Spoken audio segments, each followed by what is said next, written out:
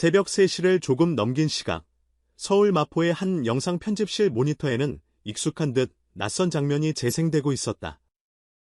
태극 문양이 수놓인 한복 대신 캐주얼한 후드티를 입은 빈혜서가 K트로트 특유의 꺾기 창법도 없이 또렷한 미국식 발음으로 단지 노래를 부르는 것이 아니라 이야기를 전달하고 있다고 말하는 순간 모니터 앞 프로듀서는 고개를 갸웃했다. 자막 돌렸어 라는 농담이 오갈 만큼 그녀의 영어는 자연스럽고 완성도 높았다. 흥미로운 건 이 클립이 CNN 아시아 문화 섹션에서 요청한 15분 인터뷰의 초안이라는 사실이다.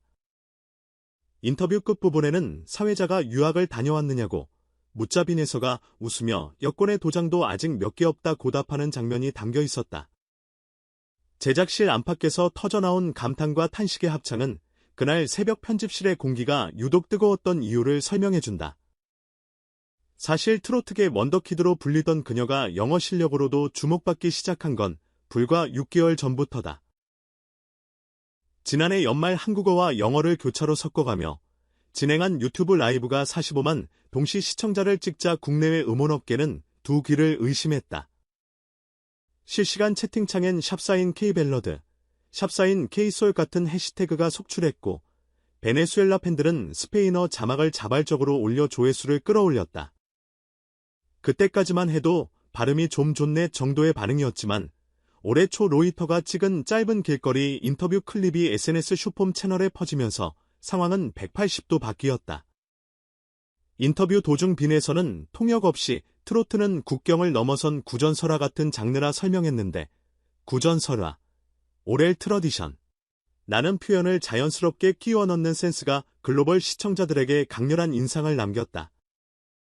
같은 클립이 BBC 월드 계정에 리포스트될 즈음 우리의 감성 황태자는 이미 K트로트 최초 다국어 인터뷰 러시라는 별칭으로 불리고 있었다. 빈혜서가 처음으로 언어 인터뷰에 도전한 건 22살 때였다. 아리랑TV 심플리 K-팝 사전 녹화였는데 MC가 영어로 즉석 질문을 던졌고 매니저는 당황해 대본 파일을 뒤적였다. 그러나 본인은 태연히 트로트는 미국 블루스와 같은 감정적 질감을 가지고 있습니다. 트라트 해즈 더 세임 이모셔널 텍스처 에즈 어메리컨 블루즈 라며 답했다. 녹화가 끝나자 스태프들이 대체 어디서 그런 진득한 표현을 주워왔느냐고 묻자 그는 블루스 다큐를 보고 10번쯤 받아 적었다고 웃었다.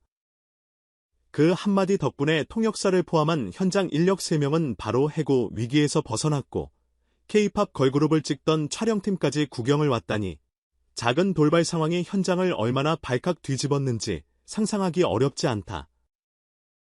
재밌는 건 실무자 반응이다. 해외 홍보 담당 팀장은 사전에 준비한 스크립트와 즉석 질문 중 어느 쪽이 더 유창한지 구분하기 어려울 정도라고 평했다. 예컨대 슬픔을 설명할 때는 블루 대신 소로라는 단어를 쓰면서도 노래할 땐 슬픔을 의성어로 치환해버리는 식이다. 그 모순적인 어휘 선택이 오히려 트로트 특유의 정서를 글로벌 청자에게 직관적으로 각인시키는 결과를 낳았다.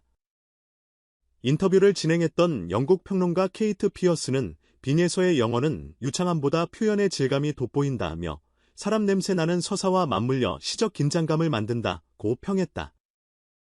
SNS 지표도 폭발적이다. 1월 6월 기간 샵사인 빈혜서 잉글리시라는 키워드가 붙은 영상 조회수는 누적 3.7억 회를 넘어섰고 미국, 필리핀, 인도네시아, 브라질 순으로 높은 분포를 보였다. 특히 스페인어권 비중이 12%를 넘기자 현지 기획사들이 라틴팝과 트로트를 섞은 크로스오버 프로젝트를 제안했다는 이야기가 돌 정도다. 실제로 그녀의 인스타그램 라이브 중 한 회차에서는 브라질 팬이 포르투갈어로 메러비로저 멋져요 라고 감탄사를 날리자 빈혜서가 즉석에서 포르투갈어로 아브러게도 고마워요 라고 화답의 댓글창이 터졌다. 며칠 뒤엔 같은 문장을 트로트 멜로디에 얹어 틱톡 챌린지 곡으로 배포, 24시간 만에 1200개 커버 영상이 생성됐다. 그렇다고 영어 실력이 단순 마케팅 수단으로만 쓰이는 건 아니다. 얼마 전 진행된 한음저협, 한국음악저작권협회 해외 멤버십 세미나에서 빈혜서는 통역 없이 Q&A 세션을 맡았다. 미국 BMI 담당자가 트로트 특유의 꺾이는 오선보에 어떻게 표기되느냐고 묻자 그는 직접 악보를 그리며 피치밴드를 4분의 1음 아래로 당겼다가 복구시키는 형태라고 설명했다. 그 장면이 유튜브에 올라오자 클래식 음악 전공자들도 기보법 혁명이라며 댓글을 달았고 이는 다시 해외 재즈 뮤지션들에게 공유되어 트로트 재즈밴드 결성 움직임까지 이어졌다. 일부 매체는 언어 장벽이 기술 표준 장벽까지 허무는 순간이라며 극찬했다. 독학 노하우에 대한 관심도 뜨겁다. 빈에서는 최근 한 라디오 프로에서 아이돌 트레이닝 시스템처럼 가공된 프로그램보다는 아날로그 방식이 언어, 근육을 단련시키기에 더 좋다고 말했다. 하루 3시간씩 리스닝, 스피킹, 섀도잉을 분배하되 마지막 10분은 트로트 가사를 영어로 바꿔 불러본다는 것이다. 팬들은 이를 꽃바람 메소드라 부르며 따라하고 교사 출신 팬들은 아예 중학교 수행평가 자료로 삼았다. 국경 합동 수업 시간에 트로트로 어휘력을 쌓는 전무후무한 풍경이 전국 학교에서 연출되고 있다는 제보도 속출했다. 외신 역시 열광이다. 뉴욕타임스 스타일 섹션은 K-트라트, 한때 브라운관 장르로 규정되던 이 음악이 글로벌 플레이리스트에 오를 수 있었던 이유는 언어의 문턱을 스스로 낮춘 23세 가수 덕분이라는 제목으로 특집 기사를 냈다. 가디언은 그녀를 블루스와 아시아 민요의 하이브리드 보컬리스트라 칭했고 빌보드는 골가을 월드뮤직 카테고리 커버 후보였지만 DJ 칼리드의 앨범 일정에 맞춰 지면을 내주지 못해 아쉬워했다는 후문이다. 일본 나크는 국내 활동에 머물렀다면 발견하지 못했을 매력을 언어가 확장했다며 특별 다큐멘터리 편성을 확정했다. 그 예고 영상만으로도 개인 이름 해시태그가 트위터 트렌드 1위를 찍었다. 다만 노력을 미화하는 형용서사로 소비될 위험도 있다. 실제로 그녀의 스케줄은 살인적이다. 새벽 5시 기상, 아침에는 호흡 발성 트레이닝, 오전 10시부터 낮 2시까지는 번역 앱 없이 원서 강독, 오후엔 댄스 리허설이나 음원 믹싱, 저녁엔 라이브 방송, 심야엔 미국 라디오 인터뷰. 매니저는 가끔 한글보다 영어로 말하는 시간이 더 길다며 걱정하고 팬들은 샵사인 예서 잠 좀 재워라는 긴급 응원 문구로 카페 메인 배너를 바꿨다. 그녀도 이런 부담을 알기에 최근 공항 인터뷰에서 언어는 음악을 위한 것이지 음악이 언어를 위한 건 아니다. 영어든 한국어든 중요한 건 감정의 진심이라고 단언했다. 그러면서도 글로벌 스케줄을 줄일 계획은 없냐는 질문엔 공명은 멀리 갈수록 더 크게 울린다고 웃어 보였다. 한마디로 진퇴양난이지만 그 와중에도 새 언어를 배우면 새로운 고음이 열린다고 믿는 눈빛이 여전히 반짝인다. 자연히 협업 제안도 줄을 잇는다. 국내 유명 힙합 프로듀서 그룹은 이뎀 기반 트로트에 영어 랩 파트를 얹은 티압, 트라트 플러스 힙합 프로젝트를 제안했고 캐나다 재즈 색소포니스트 다니엘 허시는 빈에서가 노래하는 동안 즉흥 연주를 맡고 싶다며 한국행 비행기 표를 예매했다. 가장 흥미로운 오퍼는 남아공 출신 합창단이 보내온 한글 영어 줄루어 세계 국어 트로트 합창 제안서였는데 빈에서는 줄루어의 리듬이 트로트의 꺾기와 맞물려 새로운 곡선을 그릴 것 같다 며 크게 환영했다. 과 우분투, 오본투, 가 한 곡 안에서 화음을 이룰 날이 머지않은 셈이다. 국내 방송가 역시 촉각을 곤두세웠다. 한 지상파 예능 PD는 언어 능력을 배틀 형식으로 가미한 음악 예능을 기획 중이라며 빈예서를 우승 후보로 점찍었다. OTT 플랫폼들은 영어 더빙이 필요 없는 K 콘텐츠 모델로 그녀를 분석하고 있다.